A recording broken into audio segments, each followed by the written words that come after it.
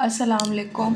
आज का जो इम्पोर्टेंट लेक्चर है वो है गूस्ट आर्टिफैक्ट के बारे में। ठीक है, चैप्टर नंबर 8 हम स्टार्ट कर रहे हैं विद द गूस्ट आर्टिफैक्ट, जो मोस्ट इम्पॉर्टेंट है आपके एमसीक्यू पॉइंट ऑफ व्यू से। इसमें आपने सारे आर्टिफैक्ट्स जो है ना वो जो है गौर से पढ़ने हैं। ठीक है, फॉर एग्जांपल आपके पास है गूस्ट artefact first number.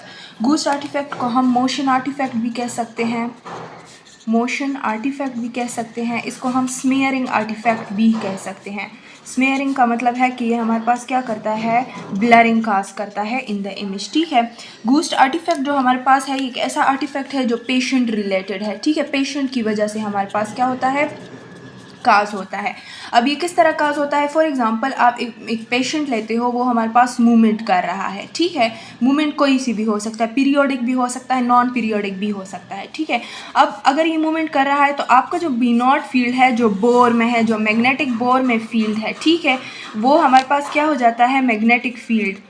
Magnetic field की वेरिएशन आ जाती है इसमें। ठीक है, जब पेशेंट मूव कर रहा होता है वेरिएशन आ जाती है। उस वेरिएशन को हमने कहा था कि इनमें हमारे पास क्या आ जाती है, इनहोमोजेनिटी काज हो जाती है, इनहोमोजेनिटी काज हो जाती है। ठीक है, इनहोमोजेनिटी की वजह से क्या होता है, जो है ये काज करता है फेज डिफरेंस हमारे पास। ठीक है, फेज डिफरेंस काज कर लेता है। फेज डिफरेंस क्या करता है, फेज डिफरेंस फेज एरर काज करता है। ठीक है, अब फेज एरर अगर डेटा में हमारे पास काज हो गया है तो हमारे पास फेज मिस मैपिंग होगी। ठीक है, फेज मिस मैपिंग होगी। ठीक है, अब ये फेज मिस मैपिंग हमें कहाँ पे नज़र आती है, फॉर एग्जांपल ये आपका है के स्पेस।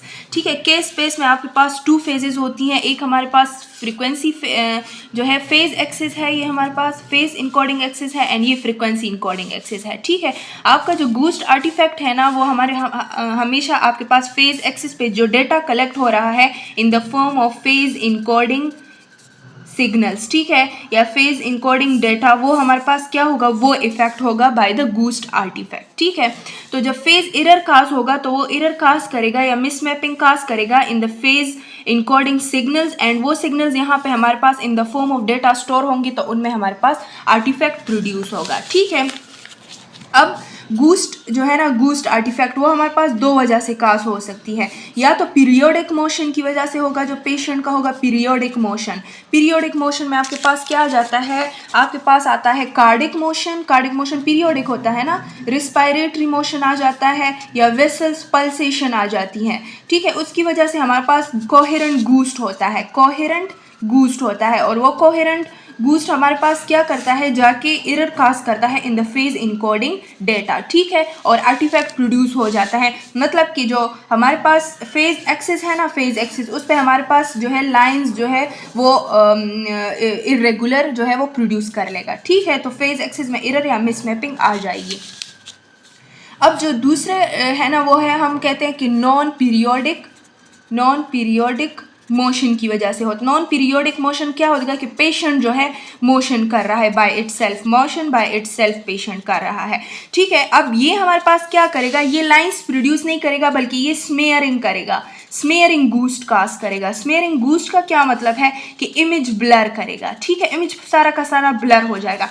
कोहेरेंट में क्या होता था कि इनकी कोहेरेंसी जो है ना ख़राब होती थी, जो इनका स्पेसिंग थी ना हमारे पास उधर के स्पेस में, वो हमारे पास जो है लाइंस आगे पीछे हो जाते थे, ज़्यादा कम हो जाते थे।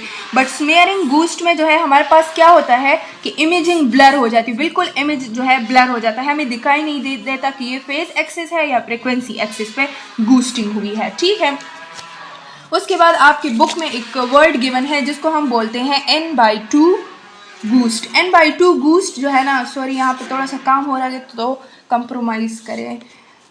जो है n/2 गूस्ट जो है ना हमारे पास होता है, एक गूस्ट का एक ऐसा टाइप जो हमारे पास डेवलप होता है इन फास्ट स्पिन इको सीक्वेंस। ठीक है, फास्ट स्पिन इको सीक्वेंस में होता है। फास्ट स्पिन इको सीक्वेंस में क्या होता है कि इनमें फास्ट इमेजिंग होती है।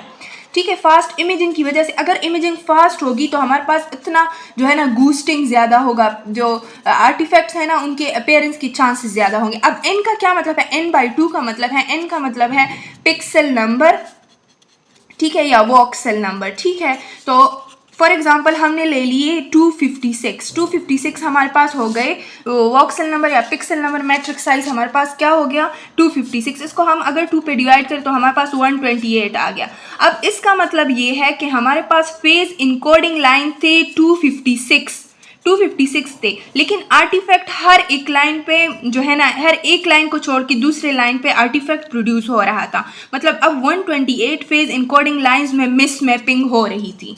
ठीक है, इस टाइप में जब 1n/2 गूस्टिंग होगी इन फास्ट स्पिन इको सीक्वेंस। ठीक है, तो ये हमारे पास क्या करेगा, जो इमेज है ना उसको ब्लर करेगा। ठीक है, एक हम इसकी जो है ना फिर मेजरमेंट्स की बात करते हैं। आपकी बुक में गिवन है मेजरमेंट में फर्स्ट नंबर पे है आपके पास फेज इनकोडिंग एक्सिस स्वैप। इसमें हम क्या करते हैं, पोलैरिटी को चेंज करते हैं। फॉर एग्जांपल आप जो है ना स्पाइन की इमेजिंग कर रहे हो, एंटीरियर टू पोस्टीरियर आप सेजिटल इमेजेस लेते हो। ठीक है, अब अयोटा का फ्लो आपके इमेज को जो है वो ब्लर कर रहा है, यहाँ पे गूस्ट आर्टिफैक्ट प्रोड्यूस कर रहा है। तो आप जो है ना इमेज जो है चेंज करते हो, मतलब पोजीशनिंग बिल्कुल चेंज करते हो, आप हेड टू फुट लेते हो। ठीक है, सेजिटल इमेजेस आप हेड टू फुट लेते हो, तो क्या होता है आपके पास जो आर्टिफैक्ट है ना, अब आयोटा कोई इफेक्ट प्रोड्यूस नहीं कर रहा आपके इमेजेस में, तो आपका फेज एक्सिस जो है ना वो along the head to foot हो जाएगा। ठीक है, तो कोई आर्टिफैक्ट हमारे पास प्रोड्यूस नहीं होगा। तो आप इनकोडिंग एक्सिस स्वेप भी कर सकते हो। दूसरा आपकी बुक में जो गिवन है सैचुरेशन बैंड हम पढ़ चुके हैं, इसी जो है ना इस पे जो स्पाइन की इमेजिंग हम करते हैं, इंटीरियर पे हम जो है ना लगाते हैं सैचुरेशन बैंड लगाते हैं। ठीक है, तो हम कट ऑफ सिग्नल्स हो जाते हैं, जिसकी वजह से आर्टिफैक्ट प्रोड्यूस नहीं होता। दूसरा रिस्पायरेटरी कंपेंसेशन, हम इससे पहले पढ़ चुके हैं। रिस्पायरेटरी कंपेंसेशन टेक्निक जो है हम उससे क्या करते हैं, उसमें दो टेक्निक्स हमने पढ़े थे, एक ट्रेसिंग का पढ़ा था, एक नेविगेटर प्रीपल्स का पढ़ा था। ट्रेसिंग में क्या होता है कि हमारे पास बिलोज लगाए जाते हैं, नेविगेटर में नेविगेटर प्रीपल्स लगाया जाता है। ठीक है, ECG गेटिंग के लिए भी अपनी डिवाइसेस लगाए जाते हैं। ग्रेडियंट मूवमेंट रीफेजिंग भी हमारे पास ये क्या करता है, इसको रिड्यूस करता है। ठीक है, तो it was all about the ghosting और motion artifact which is most important है MCQ पॉइंट ऑफ व्यू से। ठीक है।